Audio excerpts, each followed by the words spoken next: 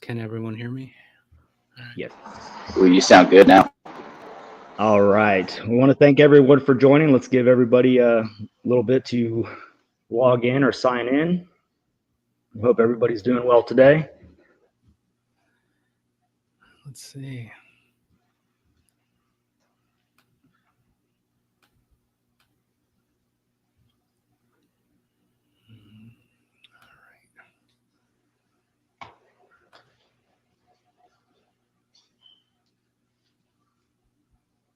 All right, looks like we're on.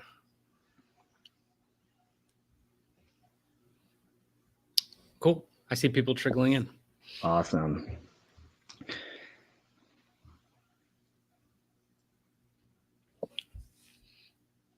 Okay. Well, let's go ahead and get started. We appreciate everybody who joined us today. Please comment in the chat box or the comment box, and we'll definitely try to get to your questions. The Talent War Group is an organization of experts who share their lessons learned and insights on talent management, leadership, and organizational development. We rely on your growing support and wouldn't be here without it. If you like what you hear, please share it with your connections, your colleagues, and your contacts. And if you have any questions or comments, like I said, please send them through the chat function, and we will do our best to address them during the session. This is an interesting panel, and I love this topic. This hits home for all of us. I think we're all really excited about it. I'm Dalton Rice. I'm going to host this session on raising your children and growing your talent. I'm a former Green Beret in the U.S. Army, having served in tours in the Middle East, Europe, and Africa before accepting an opportunity in public administration, where I currently serve actually as a management analyst for now. I held previous roles, in various operational and administrative roles in the healthcare sector.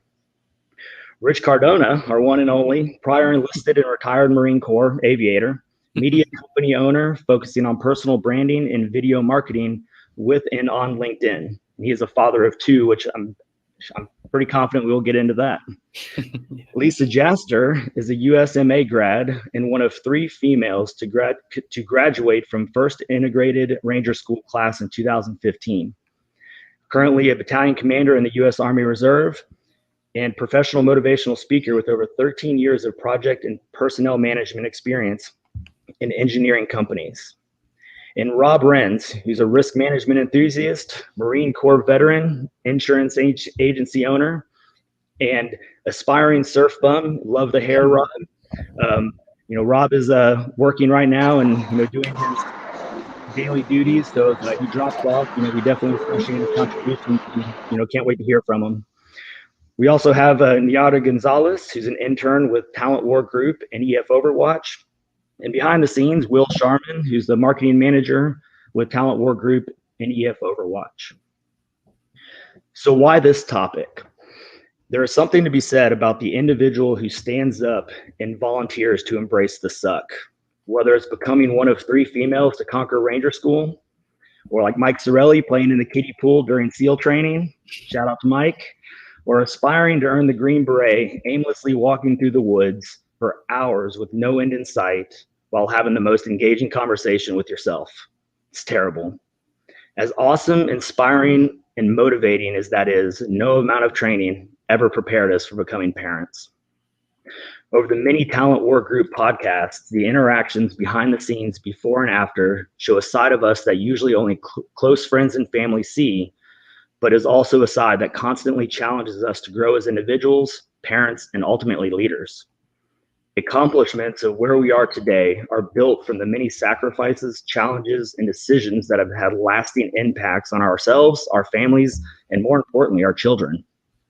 I have three sons, a 10-year-old Rylan and two twin 3-year-old boys, Riker and Rhett. And let me tell you, going through selection and qualification for Special Forces was a cakewalk compared to raising them. This topic hits home for me for many reasons. While I have memories of the birth of my oldest, it wasn't like most.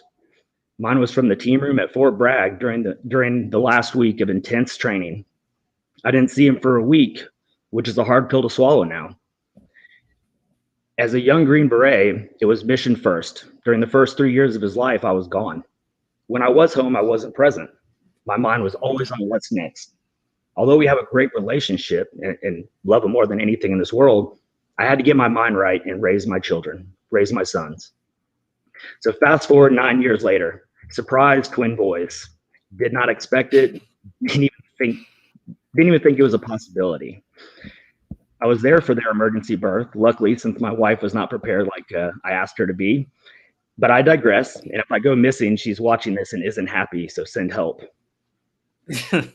My wife has a tough job as a night nurse, so the twins and I get a lot of dad time. I recently promoted them to savages, and there's quite a few pictures floating around. I get in trouble quite a bit, but they come by it honestly. But more importantly, the lessons I learned from my oldest have helped guide me in raising the twins and made me a better dad and a better leader. They're the core of this podcast. So what lessons did I learn that has made me a better leader today? For me, patience and understanding.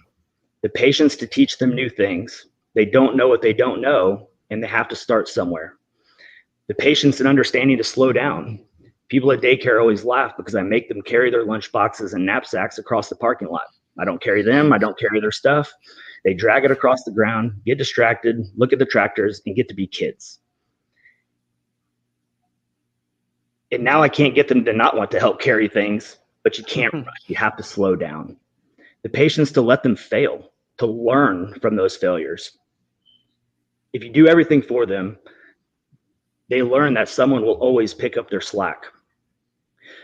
The patience of communication. All three boys require different styles. We were just talking about this behind the scenes. Really different styles. The understanding that they are all different passions, different interests, different thoughts, different personalities, just like we have, our colleagues, just like as leaders. The understanding and patience that what I am doing can wait. And if they ask to go crash cars into a wall, guess what? You go crash cars into a wall. 5 minutes to them is a lifetime. And this translates to leaders must stop what they're doing and truly listen.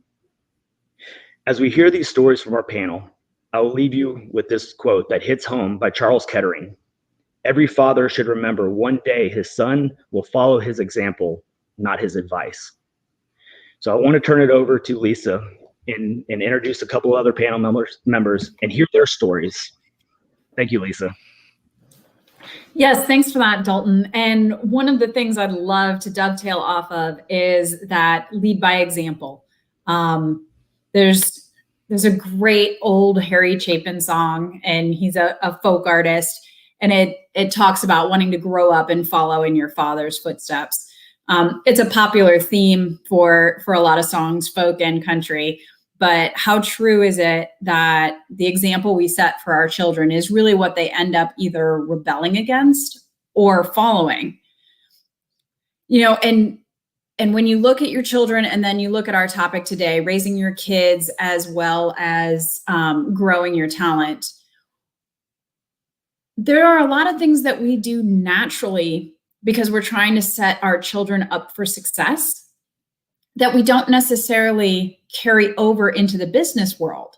And as a leader managing your talent, some of those tools and techniques that you use for your children are equally applicable to employees or coworkers.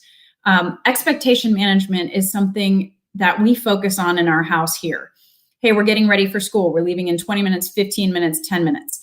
You don't want to talk to your employees like that. But if you have a hard deadline, what's wrong with the gentle nudge saying we're meeting with a critical client in 2 weeks? It's 1 week out. We're 3 weeks out. What issues do you have? And doing the same thing, that expectation management. So I guess I want to kind of kick off with using those parenting techniques as also management tools, but at a much more mature level. Dalton?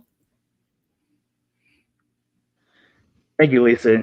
Great points. And that's what this whole podcast is about. It's about what did we learn, in parenting, and how does that translate to employees, and how does it translate to becoming leaders? And a book that I'm currently reading, I will post it, in the comments, but it talks about communication and how do we communicate. And just like Lisa said, we all don't communicate the same. And how you're going to talk to your kids, if you tried that with your employees, it's probably not going to go over well. What are your thoughts, Rich? Oh, and I apologize real quick.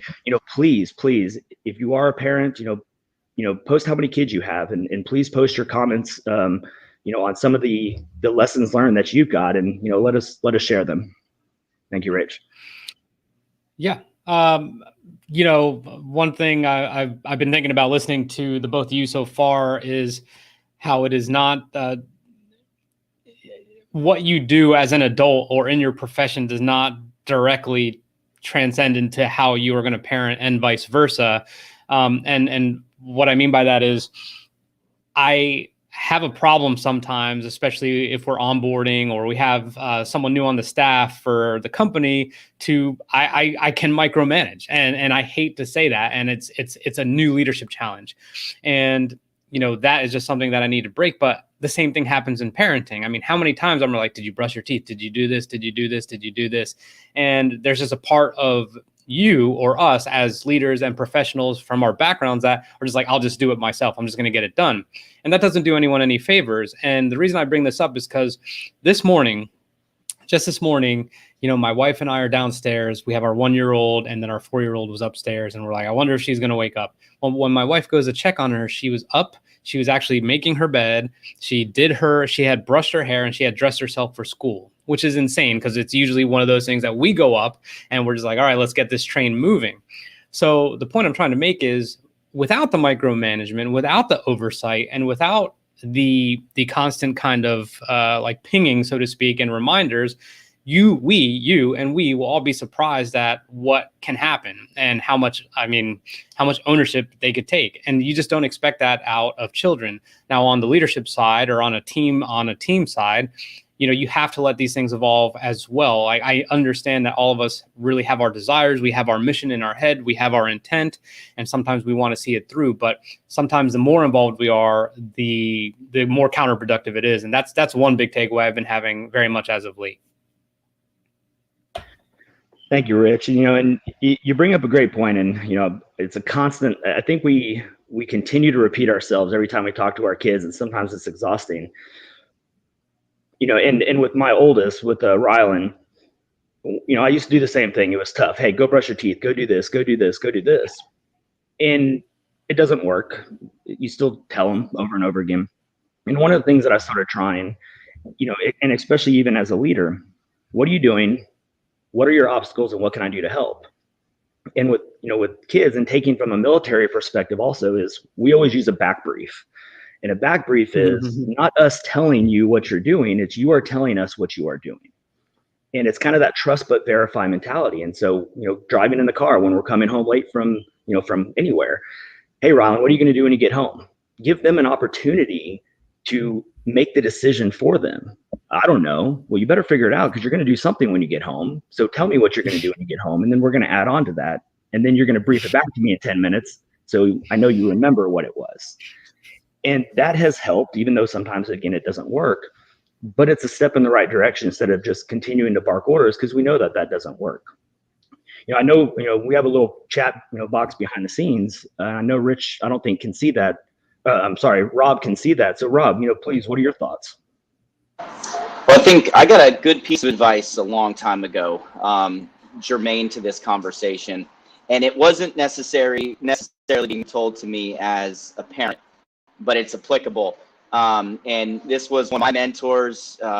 We came to meet in the civilian world after he had retired from the Marines. He was retired Master Gunnery Sergeant, and he worked for me. He was my employee, and I learned more from him than he ever hoped to learn from me. And one of the things that he told me is that when it comes to talking to the people that you work with or that work for you, the moment you catch yourself saying, how many times have I told you to do fill in the blank, that's when you know that there is some kind of failure in the communication system and process that you're using.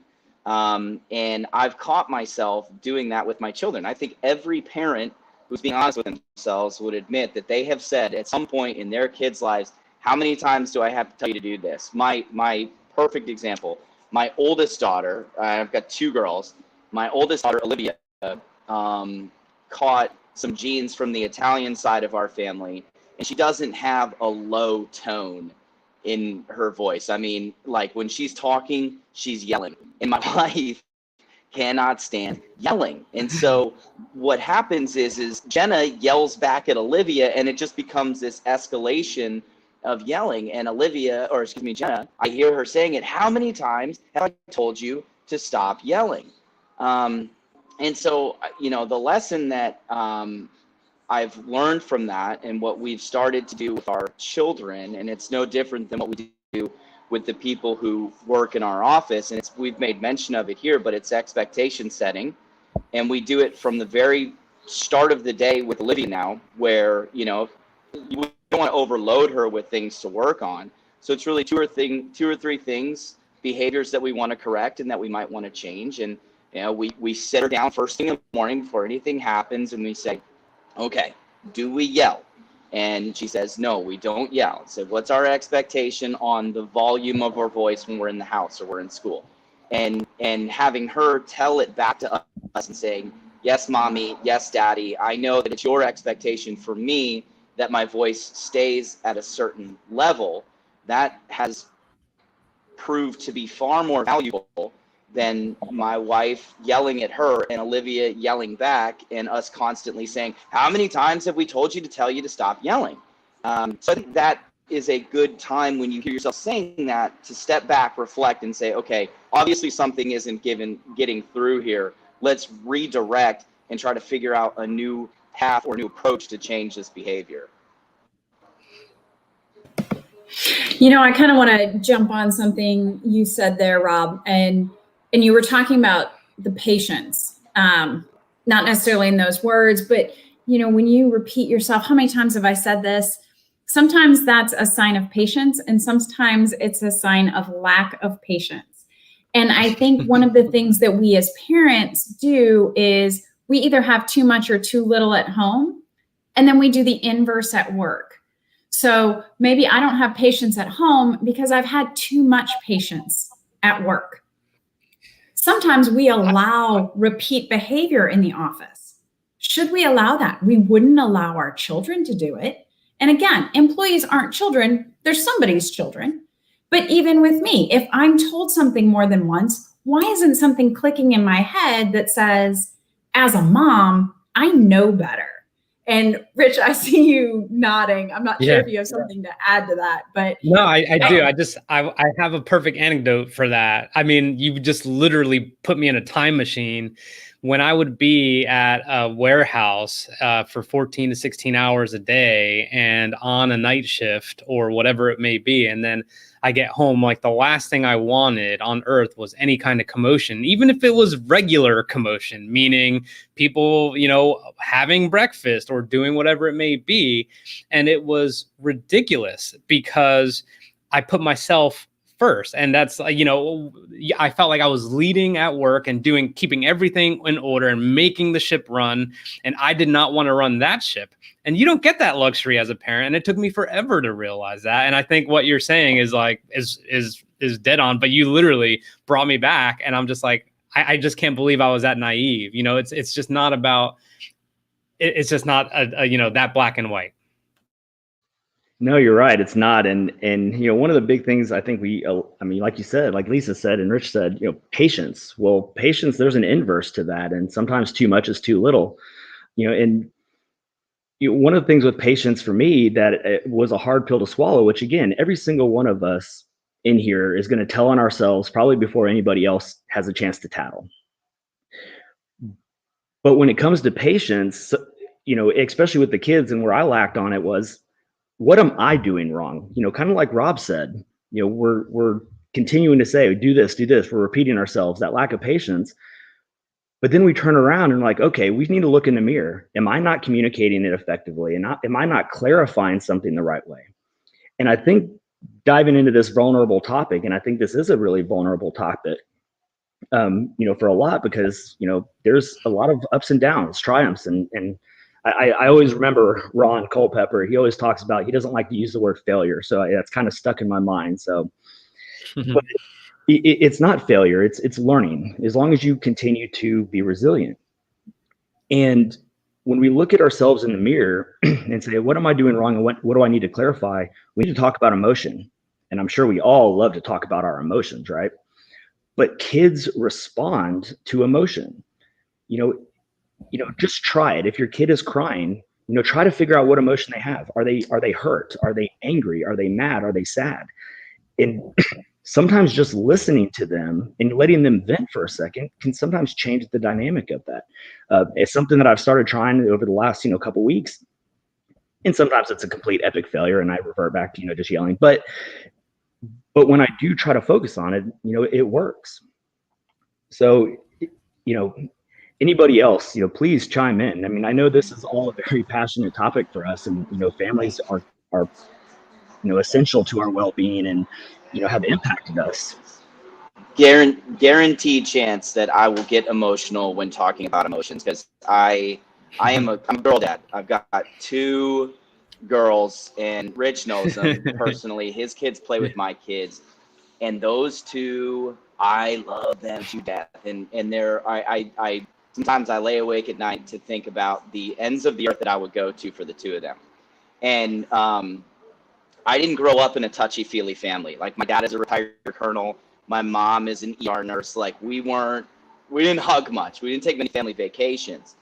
And so when I knew that we were having kids, I wanted to be the inverse of that. I didn't want to be an over-affectionate dad, but I wanted them to know from Jump Street, you are loved. And so anybody that has ever managed anyone know that you have to manage people differently.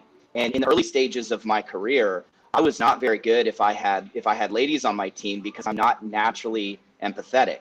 And so I would try to treat male employees differently than female employees, and it wasn't a successful operation for me to do that. So I'm only sharing that to say this, in that I have learned more about being a better leader and a better manager with female team members because of what I have learned as being a parent to 2 girls.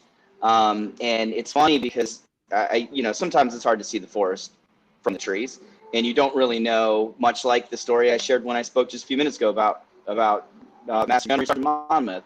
I didn't know I was learning as much from him as he was from me. And I've learned more from my daughters in being a girl dad that I have been able to translate into real world business and being able to apply something meaningful, because I knew that I was going to have to go into being a girl dad far different than what my childhood experience was. And that's bled over to being able to be a more empathetic leader, and be able to connect people on an emotional level. Because on a disc profile, I'm D through the roof, and that doesn't play all the time. You've got to connect with people on an emotional level and really, just like you said, Dalton, give people the space to vent. Because after that's done, okay, we've determined what the problem is. Now let's get solution oriented. And that's been a great translation from being a girl dad to being a leader. Absolutely, Rob. You said one really important word, that's tough to learn, and I think we've all had to learn it, is empathy. What is empathy, and how do we get better at it? And from parenting, that has really helped me become more empathetic and help try to get those emotions out and kind of be able to talk on that personal level. And it's just like your employees, they're human beings, they're adults, they're peers, they're colleagues. And how we talk to one person is not going to be how we talk to somebody else. Again, everybody's 100% is different. And so how do we adjust for everybody's 100%? I want to bring up, a couple of the comments that, people are talking about, and I'm glad everybody's starting to share. This is very passionate for us, and we know it is for y'all too. Tony Long said that the drive home is where, he takes his mind off the stresses of work. Well, if you have to pick up your kids from daycare and you don't have a short drive, they're also decompressing and taking their minds off of work. And so you're trying to balance that. And how do we balance that? How do we manage the stresses of what we're doing, but also managing the emotions, of our children, which carries over to, what Harry Roberts Jr. said. The management of expectations has helped me in dealing with a toddler, but translate, to my employees and making sure that I communicate what they are so I can hang back and avoid the micromanagement. And that's important, is being able to delegate, trust but verify, and to be the leader, not to tell them what to do, but to give them the tools that they need to succeed. And it's the same thing with our kids. If we continue to tell them to brush their teeth and tell them to clean up their toys, well, what are they going to do? They're going to wait for you to just tell them again because they know you're going to do it, instead of empowering them to make their own decisions and ultimately fail to succeed. It looked like you had something to say, Rich. What are your thoughts? Oh, no, actually, Will, if you could post a comment from Lay, I believe is how you say it. And I really apologize if I'm saying it wrong. This is really, really interesting to me. I'm really thankful for the comments, you guys. We love to see that. But right here, you say, you share our family values, mission, and vision with our kiddos. And that is obviously workplace talk as well. But I can honestly say that's not something we've ever done. And I think that's really, really interesting. And I think to any of you guys, and I'm going to take something away from that because that seems like a really good level setting thing for like the home front. But, Rob or Lisa, Dalton, do you guys do any of that? We do affirmations, and in those affirmations contain our family's core beliefs, values, and our principles. And outside of all the small nuanced stuff, I care with my daughter. I stole it from The Rock. I wish it was mine, Dwayne Johnson. But his is, it's nice to be important, but it's more important to be nice. And nice, so me and my 5-year-old, we do that every single day. And then after we do that one, we repeat, like I'll say, I'm brave, and she'll say, I'm brave, and I'm strong, I'm intelligent, I'm intelligent. So really look, to be determined, I don't know if I'm doing it the right way or not. No parent knows if they're doing the right thing. We're all just, throwing stuff into a pot and hoping that at the end of it, we get a very nice stew out of it. But yeah, to Lee's point and to her comment, we focus on the value system, principles of our family and how we want to put ourselves out there into the world. And we just do that by doing daily affirmations and constantly going over it. And so that way, when my Olivia gets out of the car, when we're sitting in the carpool line, I tell her, hey, we're going to put our vest on today, and we're going to say our affirmations, and these are the things that we do. And then I don't always get to pick her up from school, but you better believe that when I get home, when I walk in the door after work, we're debriefing how she did, commiserate to the affirmations, the daily affirmations that we say. So were you nice to your friends today? Was there a moment where you showed some bravery or some courage, or where you were strong, or did you get a question right and you were proud of yourself because you were showing your intelligence there? So that's how we do it. Lisa, is there anything y'all do?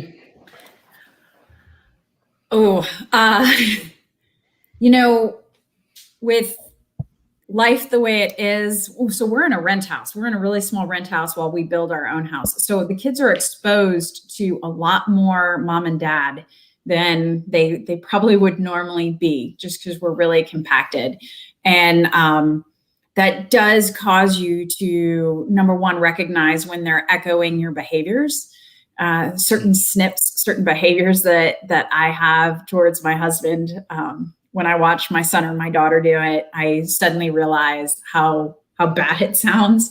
I don't have anything fantastic like affirmations, but we definitely work together to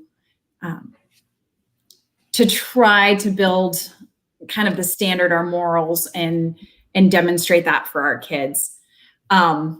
There's been quite a bit of comments in the chat talking about working from home right now.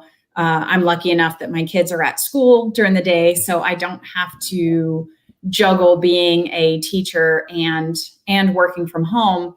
But it is a time of turmoil. And there was a comment made here, and I hope you don't mind me jumping to this, but Derek H. wrote, patients find calm in the chaos. We are the grownups and are always on watch. It is my responsibility to be the standard against which my daughter will judge all men and women. I want to pull out that calm in the chaos. And that's a very, very good direct association from parenting to being a business leader. We have to demonstrate good behaviors at home and with our children. We have to be the calm in the storm. And as a manager, it's your job to go into the office, if you're in the office, or get involved with your employees on these Zoom calls and still be the calm in the storm. Now, just as with parenting, the calm in the storm isn't, hey, everything's going to be okay. It's, hey, this flu shot is going to hurt, but it's going to hurt, and maybe you won't get the flu later, and here's the benefits, and the hurt's going to go away. That same principle, that same behavior that we do as parents needs to translate into the business world. Hey, listen, COVID's going to hurt right now. There's going to be drawbacks on business. Maybe our bonuses won't be as good this Christmas. There are going to be negatives, but if we all take a little cut here, or we work a little harder here, or maybe we're dropping down to 30 hours a week, we'll be able to survive together better.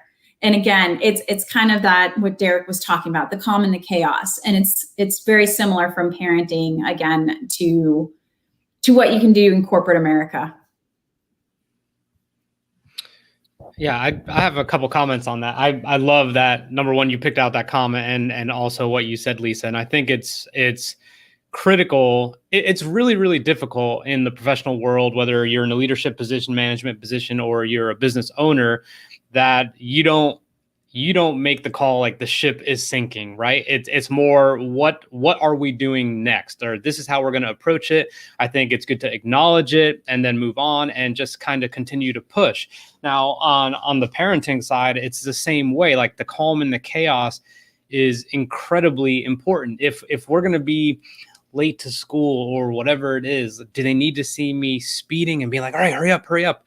I mean, how many times have I cannot tell you how many times I kind of created a sense of urgency when all that we actually needed was a little bit of calm. And we all know, slow is smooth and smooth is fast. But I think on the professional side and how it ties directly to, the parenting side is simply having the capacity to summon your patience. And I know one big theme that has been continuing to be discussed in this podcast is just expectation management. That also means the managing when the expectations don't go right, or when they don't happen, or when there's something that's outside of your control that we have to rebound from. But that is one complete and utter parallel that, I mean, I never really thought about it that deeply until this moment, but it's there all the time. No, absolutely. And Brian Hewler or Heiler, I hope I said that right. He had said something, also about emotion is, being sarcastic when you don't like something versus saying what bothered you about something. And that's true. Sometimes with our kids, we, like Lisa was saying, we portray what we're doing in our emotions sometimes so naturally that they're picking it up, and you start seeing your image in them, which I'm going to fall on the sword. I put Lisa on the spot on that. I'm terrible about it. And that's something that I continuously have to learn and overcome, because in change, just change management, whether it's change at home or change in the workplace, what happens when we start changing and breaking away from that status quo and trying to improve ourselves and trying to improve those around us as leaders, when things go awry, you have to be the calm of the storm. You have to manage that chaos, because if you don't, you're going to revert back to what you're comfortable with. And what's comfortable is the yelling, is repeating what you're saying, is doing all the negative things that you don't want. And I love Rob and I love Lee's examples of that. And those are some great takeaways, because we talk about values in our workplace. Well, what's the difference? We all have our own personal values that we want to share, and we have to keep doing that. So, and it kind of touches on what Rich actually asked in the comments. Anyone have any behaviors that they had to have fixed after seeing their kids do the same? Absolutely, all of them. And sometimes, and my oldest, I struggle the most with my oldest. And coming from the military background, coming from the special operations side, I was so hard on him, balancing and separating the lives of, we'll call it the military, and seeing some of the things that we've seen versus, wanting kids to be kids. And I love the innocence of children because they're seeing the world from a different lens. And other people see the world from a different perspective than we do. And trying to come down to that level in a professional, in a personal way is difficult. And with my oldest, that was so hard on him.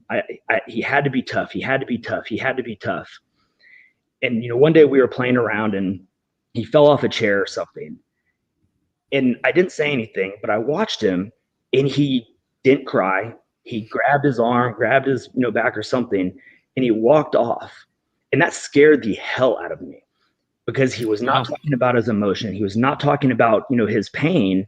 He hid it from me because I expected him to be tough. And I didn't teach him that being tough is sometimes talking about your emotions, it's talking about your feelings, and being able to say, look, I've reached my human limit. How do I improve? And I had to take a huge step back and really sit down with him and say, hey man, tell me about your feelings. If you are hurt, you need to tell me. And that really hit home for me. Yeah. I was asking in the comments to Harry if he could tell us what he did. And Rob, I think we get your take on this. I mean, I think all of us are methodical. You're a business owner and you have a couple other things, but he's talking about how his methodical planning turns in, and it's right here, methodical planning, which turns into them getting upset. They picked up that habit of being methodical. So they get upset now when their ducks are in a row. I think we could all comment on this, but like, in a way that would make me super excited. I'm like, yes, they're organized, like, hell yeah, let's get after it. And at the same time, Dalton, what you said about asking them how their emotions are, like, that's not normal for us. I mean, come on. Like, if we're serving side by side, maybe it's, Rob, you good? Okay, but like not more than that. But that's a really interesting take. And I think if we start with Rob, it'll be good. But how would you correct that, or what would you do if you saw that? I don't know if I'm the best person to answer this, Rich, because you work closely with me and you know that, yes, I'm strategic and methodical, but I also live in a constant state of movement and sometimes chaos, and that has trickled down to my girls. But being in the profession that I am in insurance, I'm always talking to my clients about aim small, miss small, aim small, miss small. And I do the exact same with my girls, where we say aim small, miss small, and then part of our affirmations too as well, because, not getting what you want in life or things not turning out the way that you wanted them is just a part of the human condition. And so it's cliche and it's probably a bit overused, but, we talk about in the affirmation process of aiming small and missing small is we can't account for all things, and things won't always go our way. And I'm Dalton, I feel you, man, because I walk a fine line of I don't want to be too tough on my daughters. And so, I tell them, look, not everybody gets a trophy for everything that you do. But really what, when it comes down to what we say when those things happen is we plan for the best, plan for the worst and hope for the best. So it's amazing when you start to hear, when I think Dalton, you said something about, you've done something right when your kids emulate the behavior. They don't say what you say, but they do. Something like that. You were so much more eloquent with it. But when I tell them, hey, let's plan for the worst and hope for the best, plan for the worst and hope for the best, that sinks in at some point. And I actually heard my 5-year-old daughter saying it when she was playing with one of her friends. Something didn't go the way that her friend wanted it to go in their little game of, they play life. They're 5 and 6-year-old girls. So they play family and they play life and stuff like that. And I heard my daughter say it and I was like, okay, so this is starting to resonate with her, and it's becoming more than just words. It's becoming a behavior where things aren't always going to go your way. So we're going to plan for what is the ideal, perfect scenario that we can plan for or hope for, and just understand that there's going to be a worst case scenario. And kids are mature enough to get that. I think if you have that conversation with them, but it's about consistency and repetition, and not trying to, just hope that saying it one time is going to make everything okay, because life is going to get sticky and messy and things aren't going to go your way. Absolutely, Robin. And I am going to toss it back to you. One of our viewers picked up on your personality assessment. Sarah Robinson said, regarding a note from Rob, can anyone comment on our DISC assessments varying between our natural style and our environmental style, and specifically how that correlates to parenting style versus leadership style? I will take a stab at it because I went and I got DISC certified, and then I'll pass it off to everybody else. So my natural state is a high I, and you guys are about to see a high I right now, because now you've given me a big picture and you've given me the microphone, so just let me run with it. But I serve the high I visionary in my family, where my wife is high SIC. She's numbers driven, but she's the support system. She's the structure in our house. Now, my adaptive state, so my work state, is a higher D, higher I. I serve the let's get it done, and let's innovate, and let's see the bigger picture. Where I'm more comfortable, though, is in my high I, my visionary, innovative, kind of big picture thing. And that's the role that I've come to serve in my family naturally. And it's great because it's great and it's not great, because I get to be fun dad. And I'm always like on a whim, hey, let's pack up and let's drive down to the beach and let's go have a family adventure. And then my wife is like, okay, maybe hold on just a second, Rob. Like, we need to pack some snacks. Where are we going to go? Is it open? And all of the practical, logical questions that should be asked, she asked. But what was to the questioner's point, we did that assessment. My wife and I, we did it together when we found out we were having kids. So that way we knew what the other person's role in the house was going to be.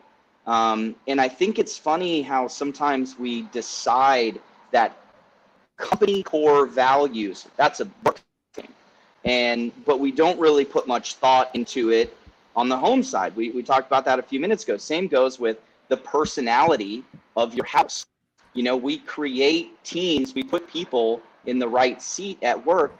Why wouldn't we give the same thought and consideration at home? So my wife and I went through that exercise to say, I'm this, you're this. Now let's make it work. No, that's great, Rob. I'm glad she picked up on it. Seems like you're really passionate about it, and like Lisa, I'm not experienced with DISC. I kind of took it, and it's kind of helped a little bit, And we definitely want to wrap things up, and I think it'll be a great idea for everyone to kind of share something, a takeaway that you've learned as a parent, from your kids that has made your life better.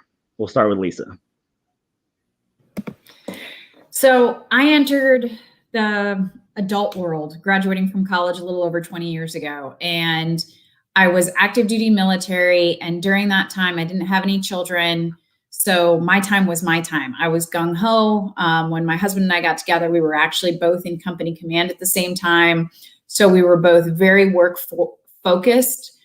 I think the biggest thing I learned from having a family, especially leadership style, is that everybody has some sort of external pulls on them. And as somebody who wanted to be a career officer, who again was gung-ho, hard charging, also an engineer. So when I wasn't studying up and making sure I was proficient in the military, I was also looking at what I could do to hone my engineering trade. And once I had children, I realized that my life required more than just focusing on me. And it made me better as a supervisor, as a leader, because I suddenly realized that other people did have other pulls on them. So just because I like getting up in the middle of the night and have an idea and send a text message doesn't mean everybody else likes it. So I think one of the best lessons learned I have from parenting is that there is more out there to being a person, and a well-balanced, well-rounded person is usually the type of talent that I want to recruit and keep. And that doesn't necessarily mean that they have families out there, but I do have I do have value when people say that they have extracurriculars or they have hobbies that influence their life. I think that's the best lesson learned from parenting that I have.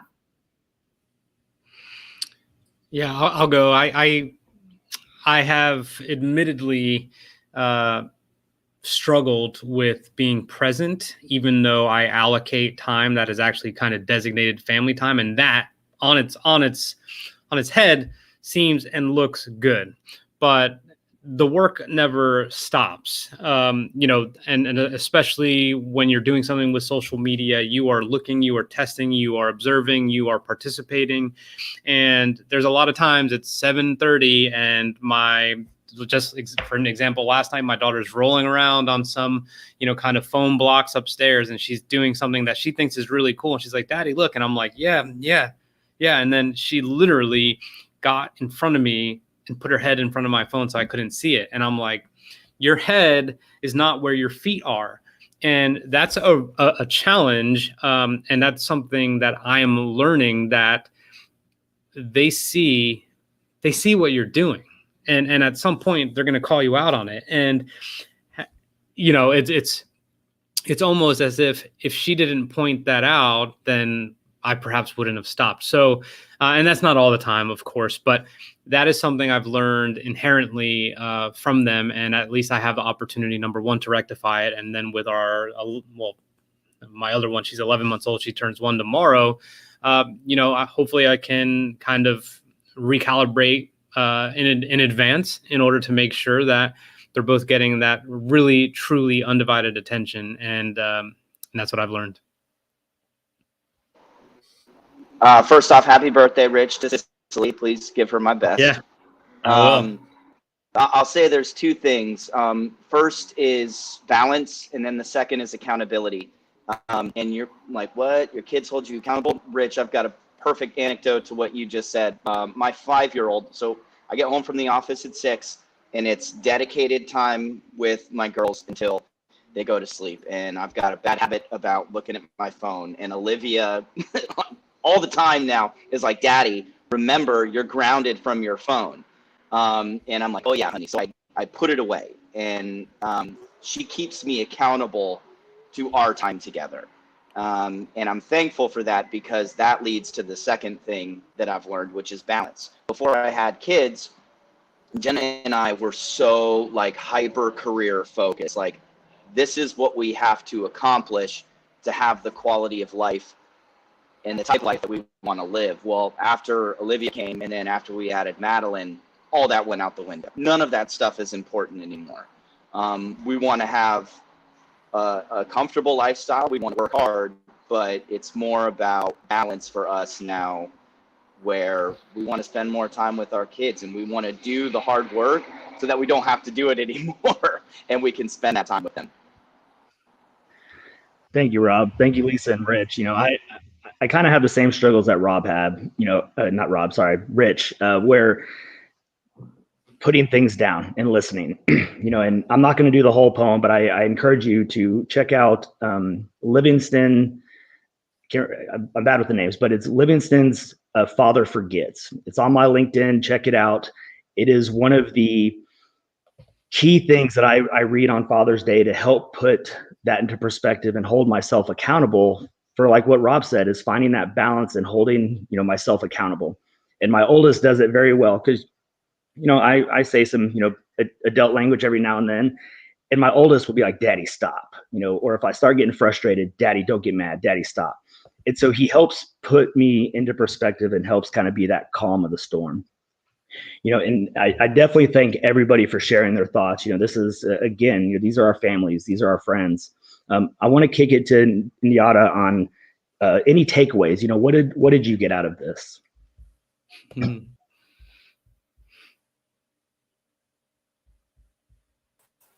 Hi, sorry, I was muting myself. First of all, I want to wish everyone a happy new year. This is our first episode of the year. So happy New Year to everyone. Rich, happy birthday to your daughter tomorrow. Yeah, thank you. Yeah. And I thank you so much for being here, for having me here today as well. This discussion was very interesting to me, because all of you are highly experienced military leaders. So for you to say that parenthood is challenging is quite surprising, but I'm happy. That is such a unique experience, and I've learned so much today. The first main point that I have to say was from Dalton, where he mentioned how being a dad made him a better leader today. But how, right? Dalton really highlighted that being a parent teaches you patience. Each kid has its own personality, and as a parent, you need to learn that each child learns differently at a different rate and learns through different methods. So it is no different in an organization. A leader needs to learn how to be patient to make everyone on the team understand the company's goals and expectations. The second point was from Lisa, where she mentioned how some techniques that you use at home with your children can be used as tools for business. Some of them are, as I already mentioned, patience, empathy, balance, and good communication. Rich explained how involvement with your children and your team can help construct a behavior pattern. And Rob added how communicating and expectation setting is essential for your organization to know how to proceed, or even for your family to know how to proceed in different contexts. This discussion really dived into our last episode from 2020, hosted by Lisa, who's here today, where the main point was how to convey your message in a way that the receiver really understands the message. The receiver understands what you're trying to say. And this is essential in any setting that you're in, because if you're not really conveying your message, then what's the point of your message, really? The last point is from Rob, when he talked about empathy. This is specifically hard because leaders normally really do know what to do and know what to expect from others. But sometimes that leader may not be sure and may not know how to be empathetic with others. And that it's just very important. With your children, having empathy with them will facilitate communication and will improve your relationship with them, will make you understand them better. Lastly, what I can summarize this a bit further is by Dalton's phrase, where he said that kids learn by example and not only by receiving orders. And I put myself in this position. I personally remember going back to school when I was little and telling my parents how my day went at school. But the challenge for me was very big because I had to explain myself in a foreign language. And I used to find this so annoying, and it was every time. And I just kind of didn't want to tell my parents how my day was because it was hard. But it only really struck me when my parents actually spoke in that foreign language with other people. After noticing that, I really understood that that language probably was important for me to learn. It had a purpose. And I'm speaking one of those foreign languages right now. Just English is not my first language. And as you can see, I have an accent. And so I really want to congratulate every parent out there for teaching their kids by example and by also conveying orders, because I do understand, even though that I'm not a parent, how hard parenthood can be and is. That's everything. Thank you. Thank you so much for sharing that. And it actually is a great segue to wrapping this up. And you kind of finished it out perfectly, and how everything that we've kind of talked about has translated, and we kind of see that within you. And so thank you for sharing, your story on that. We definitely want to thank everybody for, sharing the first podcast of the new year. As you know, the Talent War Group is starting to push out a lot more podcasts every week. We've been, continually talk strategy. We're trying to figure out what is best and what you guys want to hear. So please, please, please let us know what you guys want us to talk about and what you want us to dive into. Tomorrow, January 7th, Thursday, between 12 and 1 p.m., our very own Fran Rachopi is doing a Talent War podcast number 14, Strategy versus Tactics, Macro versus Micro Discipline, where he's going to be highlighting some of the important differences in understanding of what is strategy versus tactics and how we can apply that, to our jobs and really into our daily lives. So lastly, thank you for taking the time to join us today. If you like what you heard and you want to continue the conversation, connect with us on LinkedIn, Instagram, Twitter, Facebook. Share our posts in these sessions, with your organizations, with connections, with your family and friends, other parents. If you want to improve yourself, your team, your organization, Any of our team members are available to work directly with you to find that success. Check out the talentvar.com and efoverwatch.com to learn more. And again, thank you, panelists, for sharing your stories and taking this personal journey with us. I appreciate it. And thank you, everybody, for joining us as well and for sharing your stories. Thank you. Thank you.